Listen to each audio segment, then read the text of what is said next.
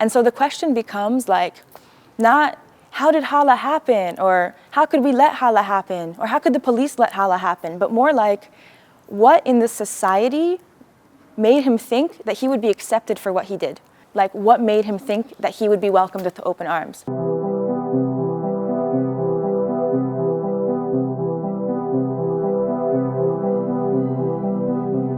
I'm Sabrina. I've been in Berlin for a few years now. I'm from Philadelphia, and I work for the Jewish community in Berlin.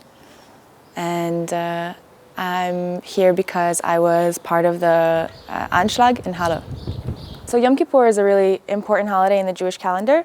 It's a day of repentance, it's a fast day, it's supposed to be one of the holiest holidays of the year. So we went there to support the community in Halle, and there was maybe 10 to 15 of us from Berlin. The synagogue can be kind of a difficult place sometimes, but anyway, we were like trying to reclaim it somehow. So me and my friends were like really trying to get into the prayers and find something beautiful in them and like sing them behind our gender separation. And then it was the morning, and it was the part of the services where they're talking about a sacrificial goat, and then we heard a boom, and like boom, boom, boom, boom, boom. I can remember looking to my right, where it was my American friends sitting, and they immediately knew what was going on, because we have so many mass shootings in the US, and the other people were like a bit confused. There were like there was a lot of information being passed around. There are 3 shooters, there's 1 shooter, it's just children with firecrackers having a good time. There was this moment where we were like waiting for someone to come to our rescue or something. We were like, okay. And then we realized nobody was coming to our rescue. And so we just tried to organize some kind of safety for us. This involved like trying to get most of the congregants in a separate room, barricading the doors, going upstairs. We took like blankets, and we tried to make like ropes out of them so that we could like jump out of the window if need be. And this disorientation and confusion happened for a long time, or what felt like a long time, but was really like 20 minutes before the police came. The media made it seem as if we were passive victims. I remember reading an article, and like the trauma that came from just reading the article and being placed in this like victim status, right? They're like, the Jews, like another horrible anti-Semitic attack happened to the Jews. Aside from this passivity or this victimization, this immediate victimization, there was also a sense of focusing on the Jews. That leaves out the fact that the Anschlag in Halle was not only an anti-Semitic attack, but also an anti-feminist and a racist attack. The first person in the line of fire was a woman, and the way that he talks about this woman is, I don't feel bad for killing her, because how dare she speak back to me? That's not her place. In the donor shop as well, he said this, right? Like, as soon as I couldn't get into the synagogue, I started shooting for skin color. And if you focus on Halle being an anti-Semitic attack, then it's easy to say, fine, we put more police cars in front of the synagogue, we put 24-hour police presence in front of the synagogue, the Jews are safe, our problem is over.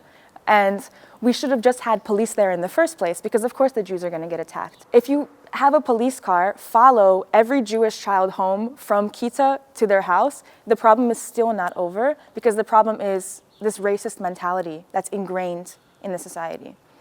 The trial starts on the 21st. It's set to go for a couple of months. I'm a co-plaintiff in the trial, along with 10 to 15 other people, maybe more by now.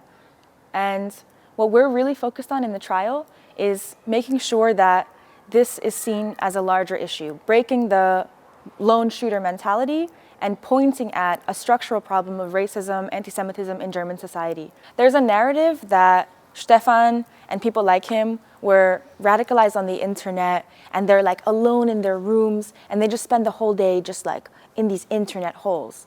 And this like notion of the lone wolf or the Einzeltäter, it's like, it makes it more palatable for society, because they're like, oh, okay, that's not a structural problem with racism that we have. That's just one crazy guy who like made a gun in his house. He's inspired by other people who have committed mass shootings before, such as Christchurch or Pittsburgh or Orlando. But he's also inspired by the murder of Walter Lübcke, for example. He's also inspired by the actions of previous Nazis. He's also inspired by everyday racism. He's also inspired by the tide of racism in politics that's becoming normalized in Germany and in the world. In many ways, the trial in Halle feels like a show trial. From the beginning, we know what's going to happen. He's going to go to jail, probably for a long time. And still, that doesn't solve the problem. And still, it doesn't feel like justice has happened, because the trial of, or the murder of Uri Jallo is still unsolved, or the questions around NSU 2.0 are still open, or the questions around Nazis or racist people in the military and in the police force and in the judicial system are still unsolved. Because the problem that puts migrants, leftists, feminists, Jews in danger is still there, even if this one man goes to jail.